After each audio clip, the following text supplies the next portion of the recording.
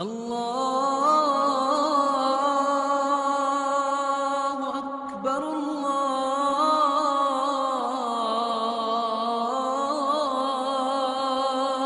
اکبر۔ اور جو بندہ گناہ کی توبہ کرتے ہوئے پھر رو پڑتا ہے، سبحان اللہ، یہ ندامت کے آنسو اللہ کے ہاں بڑے قیمتی۔ جبریل علیہ السلام آئے اور نبی اسلام کی خدمت میں عرض کیا، اے اللہ کے حبیب صلی اللہ علیہ وسلم، ہم فرشتے انسان کے ہر عمل کو تولتے ہیں، اجر جو دینا ہوتا ہے، لیکن ہم انسان کے آنسوؤں کو نہیں تول سکتے۔ نبی اسلام نے پوچھا، جبریل کیوں؟ فرمایا کہ اتنا اجر اللہ دیتے ہیں کہ جو میزان میں تولا بھی نہیں جا سکتا۔ اللہ اکبر۔ ایک آنسو گناہوں کے سمندروں کے برابر اگر آگ ہوگی تو ایک آنسو اس آگ کو بجھا دے گا۔ اچھا، یہ بات لاجیکلی بھی سمجھ میں آتی ہے۔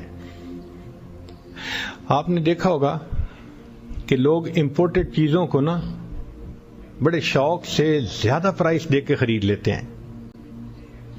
مثلا گھر میں بیوی نے کوئی کچن کی اچھی چیز خریدی، بھائی پرائس کتنی تھی؟ جی اتنی۔ بھائی تم نے تو زیادہ پرائس دی۔ وہ کہے گی جی یہ امپورٹڈ چیز تھی، کوالٹی بہت اچھی تھی تو میں نے زیادہ پرائس دے کے خریدی، ہر وقت نہیں ملتی۔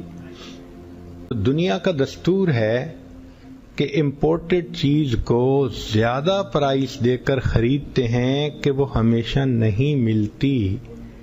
اب یہ بات سمجھ لیجئے کہ آسمان سے اوپر کی جو دنیا ہے، وہاں فرشتے ہیں جو عبادت کرتے ہیں، رکوع کرتے ہیں، سجدہ کرتے ہیں، سب کچھ کرتے ہیں، اللہ کا ذکر کرتے ہیں، لیکن وہ فرشتے ندامت کے آنسو بہانا نہیں جانتے۔ لہذا جو ندامت کا آنسو ہے یہ آسمان سے اوپر کی دنیا کے لیے ایک امپورٹنٹ چیز ہے۔ اور جب کوئی فرشتہ کسی گناہ گار بندے کے گناہوں کے آنسوؤں کو لے کے اللہ کے پاس جاتے ہیں، اللہ رب العزت امپورٹڈ چیز کو پھر دگنے پیسے دے کے خرید لیا کرتے ہیں، اس پہ بھاؤ لگا دیتے ہیں ہیرے اور موتی کا۔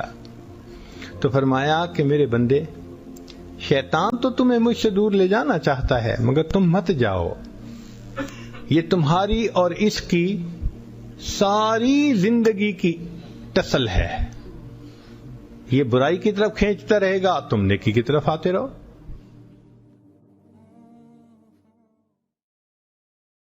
لا